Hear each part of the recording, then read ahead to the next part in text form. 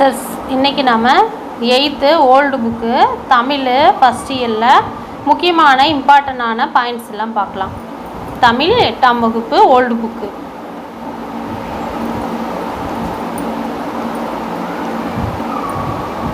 First வாழ்த்து, இயல் 1ல் ஃபஸ்ட்டு வாழ்த்து, தாயுமானவருடைய வாழ்த்து தான் கொடுத்துருக்காங்க. அவருடைய பாடல் கொடுத்துருக்காங்க. ஆசிரியர் குறிப்பு பார்த்துக்கலாம். தாயுமானவர் பெயர் பெற்றோர் கேடில்லியப்பர் கெசவள்ளி அம்மையார், மனைவி மட்டுவார் குழலி. ஊர் நாகப்பட்டினம் மாவட்டத்தில் உள்ள திருமறைக்காடு, அதாவது வேதாரண்யத்தில் தான் தாயுமானவர் பிறந்தார். அவர் நூல் தாயுமானவர் திருப்பாடல் திரட்டில் தான் இந்த வாழ்த்து பாடல் எடுக்கப்பட்டிருக்கு. அவருடைய பணி திருச்சியை ஆண்ட விஜய ரகுநாத சொக்கநாதரிடம் கருவூல அலுவலர் பணியில் இருந்தார். இந்த கொஸ்டின் கூட டிஎன்பிசியில் ஒரு டைம் கேட்டிருக்காங்க. திருச்சியை ஆண்ட விஜய ரகுநாத சொக்கலிங்கரிடம் கருவூல அலுவலராக பணியாற்றினவர் தாயுமானவர். இவருடைய காலம் கிபி 18ஆம் நூற்றாண்டு. நூல் குறிப்பு.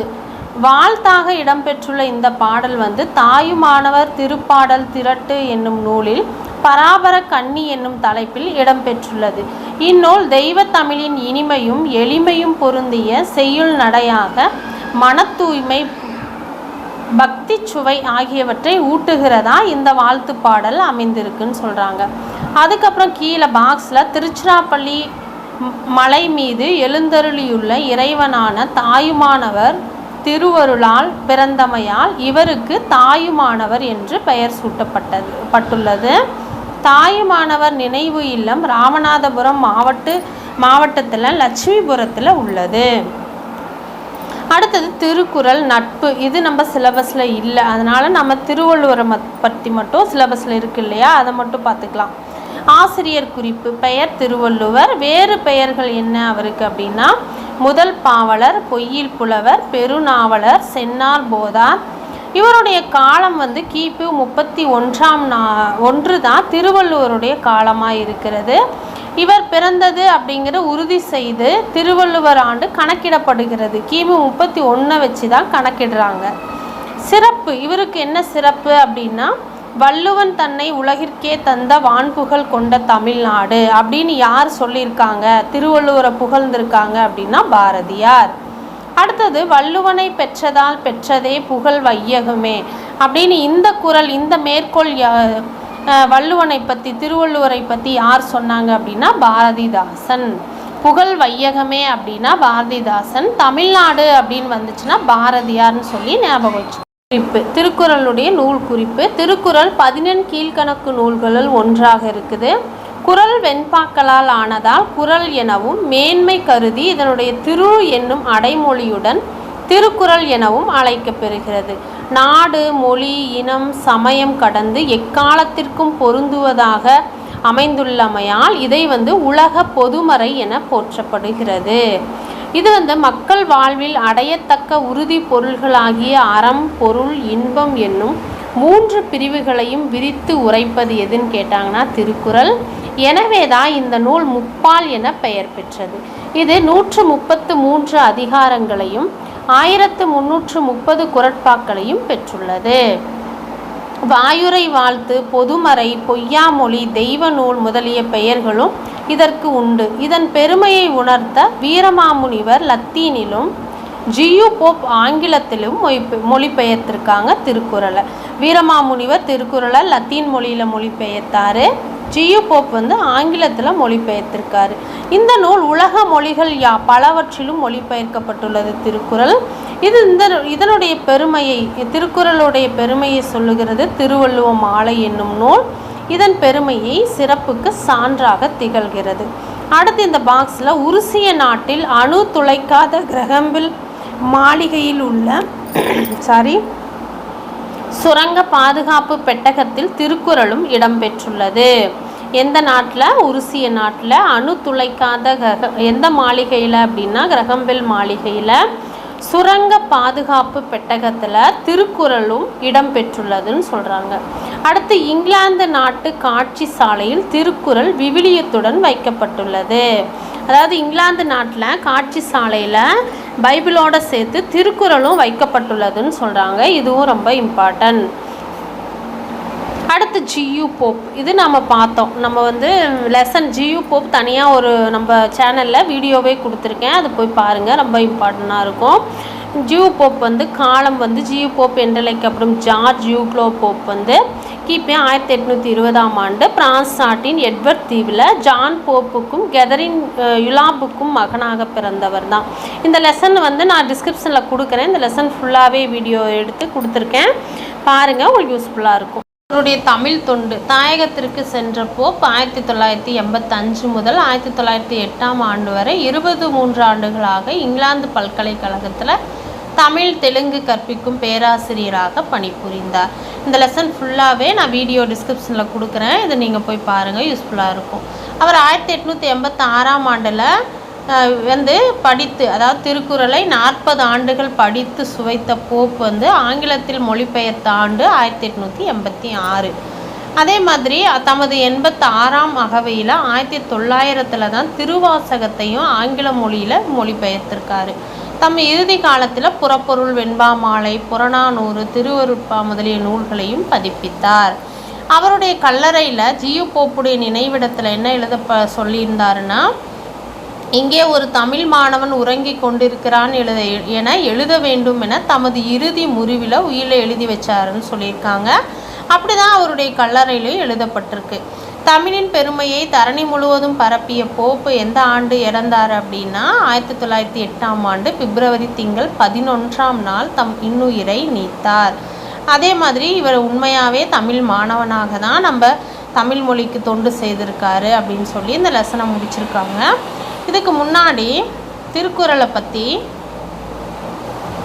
எது பார்க்கலாம், அறிந்து கொள்வோம் கொடுத்துருக்காங்க. பற்றுக பற்றற்றான் பற்றினை அப்பற்றை பற்றுக பற்று விடற்று. இந்த குறள் 350வது குறள்.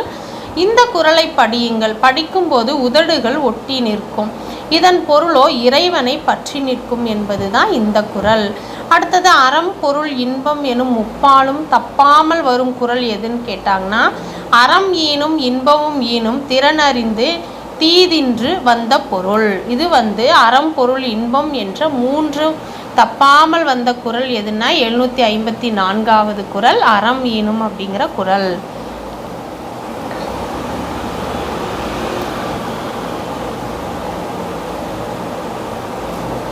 அடுத்தது குற்றியலுகரம். இது வந்து நம்ம சிலபஸில் நமக்கு அதிகமாக சொல்லப்படலை, அதனால் நம்ம இதை பார்க்கல, முக்கியமானது மட்டும் நம்ம பார்க்குறோம். நினைவில் கொள்கை, இதை மட்டும் பார்த்துக்கலாம். கு சூடு துபுரு என்பன வல்லின மெய்களின் மேல் உகரம் ஊர்ந்து வரும் எழுத்துக்கள். குற்றியலுகரத்திற்கு அரை மாத்திரை போதும்.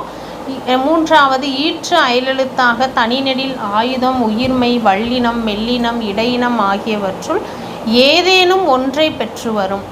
4 நெடில் தொடர் குற்றியலுகரம் மட்டுமே 2 எழுத்துக்களை பெற்று வரும். எடுத்துக்காட்டு ஆடு மாடு காது. இது மட்டும்தான் 2 நெடில் தொடர் குற்றியலுகரம் தான் 2 எழுத்துக்களை பெற்று வரும்னு ஞாபகம் வச்சுக்கோங்க. அடுத்தது ஏனைய ஐவகை குற்றியலுகர சொற்கள் 2ற்கும் மேற்பட்ட எழுத்துக்களை பெற்று வருது. அதிகமாக வந்து 2ற்கும் மேற்பட்ட எழுத்துக்களை வருதுங்கிறாங்க. அது எடுத்துக்காட்டு சுக்கு பாலாறு காட்டாறு இவைகள் தான் இதுக்கு எடுத்துக்காட்டு.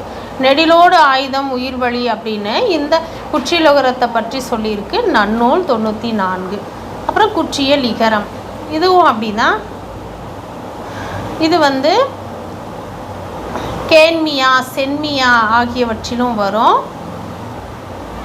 இங்கே பாருங்கள், நாகு ப்ளஸ் யாது நாகி யாதுன்னு சேர்த்து எழுதுகிறோம். வீடு கூட்டல் யாது அப்படிங்கிறது குற்றியலுகரத்தில் வீடி யாதுன்னு சேர்ந்து எழுதுகிறோம். அடுத்தது மியா என்னும் அசைச்சொல்லில் உள்ள இகரம் இம் கூட்டல் இம் ப்ளஸ் இ, அதாவது தன் மாத்திரையில் குறைந்து ஒலிக்குது, இதுவும் குற்றியலுகரம் எனப்படுதுங்கிறாங்க. யகரம் வர உத்திர இகரமும். இது குற்றியல் இகரத்தை பற்றி அசை சொல் மியாமில் இகரமும் குறிலன்னு நன்னூல் 93வது பாடல் வரிகள் சொல்லுது. அப்புறம் முற்றியலுகரம். முற்றியலுகரம் வந்து குசுறு துபுரு பெற்று முற்றியலுகரங்கள், அதாவது பகு பசு படு அது தபு பெரு இவை தனிக்குறில் எழுத்தை அடுத்து வரும் வல்லின உகரம் பெற்று முற்றியலுகரங்கள். காணு உண்ணு உருமு இவற்றின் சுற்றிலுள்ள மெல்லின நூமு உகரங்கள் முற்றியலுகரங்களாக வருது.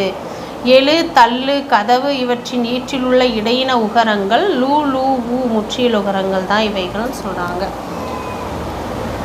அடுத்தது வேறு என்ன நமக்கு இம்பார்ட்டண்டான பாயிண்ட் அப்படின்னா,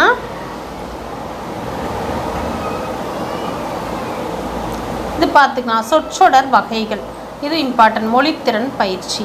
இதில் செய்வினை எப்படி செயல்பாட்டு வினையாக மாற்றப்படுது அப்படின்னா, கயல்விழி பாடத்தை படித்தால், இது செய்வினை தொடர். கயல்விழி எழுவாய், பாடத்தை அப்படிங்கிறது செயல்படு பொருள், படித்தால் அப்படிங்கிறது பயனிலை. அப்புறம் கயல்விழி பாடத்தை படித்தால் அப்படின்னா செய்வினை தொடர். இந்த தொடரை செய்வினை தொடராக, அதாவது செயல்பாட்டு வினை தொடராக மாற்றுகன்னு சொல்லியிருக்காங்க. அதாவது கயல்விழியால் பாடம் படிக்கப்பட்டதுன்னு நம்ம மாற்றிக்கலாம். கீழே அப்படி பாருங்கள், கீழே எடுத்துக்காட்டு. பாடம் கயல்விழியால் படிக்கப்பட்டது செயல்பாட்டு வினைத்தொடர். எடுத்துக்காட்டு செயல்பாட்டு வினைக்கும் செய்வினைக்கும் எடுத்துக்காட்டு கொடுத்துருக்காங்க. குறிஞ்சி களி கபிலரால் இயற்றப்பட்டது, இது செயல்பாட்டு வினை. கபிலர் குறிஞ்சி களியை இயற்றினார் அப்படிங்கிறது செய்வினை தொடர். செய்தி வெளிப்படும் திறன் கொடுத்துருக்காங்க. தொடர்களில் செய்தி வெளிப்படும் தன்மையை பொறுத்து செய்தி தொடரா, வினா தொடரா, விளைவு தொடரா, உணர்ச்சி தொடரா என பல வகைப்படுத்தலாம். விளைவு தொடர் வாழ்த்துதல், வேண்டுதல், கட்டளையிடுதல், வைதல் ஆகிய பொருள்களில் தான் வரும் அப்படின்னு சொல்கிறாங்க. எடுத்துக்காட்டு முயற்சி திருவனையாக்கும் என்பது ஆன்றோர் மொழி, இது ஒரு செய்தி தொடர். பாடம் படித்தாயா அப்படிங்கிறது வினா தொடர். நீடூழி வாழ்க அப்படிங்கிறது விளைவு தொடர். என்னே அருவியின் அழகு அப்படின்னா அது உணர்ச்சி தொடர். கண்ணன் பாடம் படித்தான் அப்படிங்கிறது உடன்பாட்டு தொடர். கண்ணன் பாடம் படித்தலன் அப்படின்னா எதிர்மறை தொடர். இது எதிர்மறை தொடர். அவ்வளோதான். இந்த இயல்ல நாம் விரும்பும் கவிஞர், இதையும் பார்த்துக்கலாம். யார் அப்படின்னா, அதாவது பாரதிதாசனாரை பற்றி தான் இந்த இதில் கொடுத்துருக்காங்க. கண்ணல் பொருள் தரும் தமிழே நீ ஒரு பூக்காடு நானோர் தும்பி அப்படின்னு சொன்னவர் பாரதிதாசன். என்று தமிழை காதல் கொண்டு உடல் மண்ணுக்கு உயிர் தமிழுக்கு என்ற கொள்கையை உயிர் மூச்சாய் பெற்றும் தமிழ் சொல்லால் பாடம் இயற்றி 20ஆம் நூற்றாண்டு கவிதை வானில் ஒளிநிலவாய் பவனி வந்த பெருங்கவிஞனாக விளங்கியவர் யாருன்னு கொஸ்டின் கேட்டால் பாரதிதாசன்.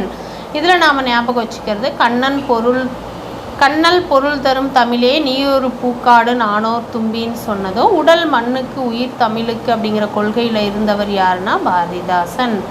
அறியாமை இருளில் முடங்கி கிடந்த கருத்து குருடர்களை பகுத்தறிவு ஒளிபெற்று விழிப்புறச் செய்தார். கொள்கையற்ற கூணர்களை கொள்கை உரம் பெற்று நிமிர்ந்து நிற்க செய்தவர் யாருன்னா பாரதிதாசனார். அவருடைய பிறப்பும் சிறப்பும்.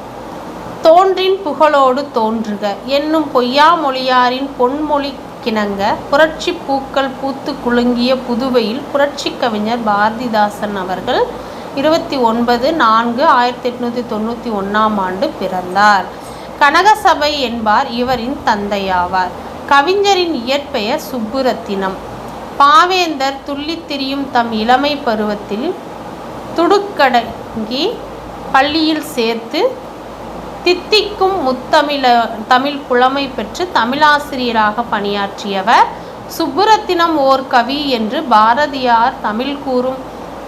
பாரதியாரால் தமிழ் கூறும் நல்லுலகத்திற்கு அறிமுகம் செய்து வைக்கப்பட்ட கவிஞர் யார் அப்படின்னா பாரதிதாசன் தான். பாரதியின் பால் தாம் கொண்ட பற்றால் தம் பெயரை பாரதிதாசன் என்று மாற்றி வைத்து கொண்டார். அவரின் எண்ணத்திலும் எழுத்திலும் பேச்சிலும் புரட்சியின் புது துடிப்பை கண்ணுற்ற அறிஞர் உலகம் அவரை புரட்சி கவிஞர் என அழைத்து மகிழ்ந்தது. அவருடைய தமிழ் பணி.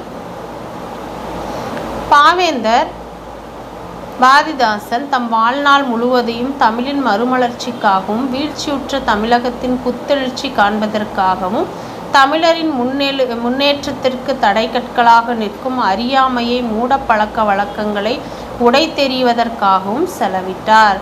வீடெல்லாம் நாடெல்லாம் மக்களின் இதய கூடெல்லாம் ஏடெல்லாம் இன்பத்தமிழ் மணக்க வேண்டும் என்று அல்லும் பகலும் அயராது தமிழ் பணியாற்றியவர் யாருன்னு கேட்டால் பாரதிதாசனார். சூரிய ஒளி பெறாத செடியும் பகுத்தறிவு ஒளி பெறாத சமுதாயமும் வளர்ச்சி அடையாது என்பதை உணர்ந்தவர் யார்னா பாவேந்தர் பாரதிதாசன்.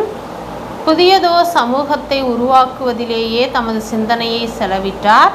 இசையமது, குடும்ப விளக்கு, மணிமேகலை, வெண்பா, கண்ணகி புரட்சி காப்பியம், படித்த பெண்கள், இளைஞர் இலக்கியம், குறிஞ்சித்திட்டு முதலிய நூல் மலர்கள் மலர்ந்து நறுமணம் பரப்பி கொண்டிருக்கிறது. ஓட்டாமல் அவருடைய இனிக்கும் பாடல்கள் எது அப்படின்னு சொல்கிறாங்க. எதுனா தமிழுக்கு அமுதென்று பேர், அந்த தமிழ் இன்ப தமிழ் எங்கள் உயிருக்குனே, இருட்டறையில் உள்ளதடா உலகம், புதியதோர் உலகு செய்வோம், கெட்ட போரிடும் உலகத்தை வேரோடு சாய்ப்போம். இதெல்லாம் பாரதிதாசனின் பாடல்களை நாம் பாடும்போது ஓட்டாமல் இனிக்கின்ற பாடல் அப்படின்னு சொல்லி முடிச்சிருக்காங்க. அவ்வளோதான், இயல் 1 நாம் முடிச்சிட்டோம்.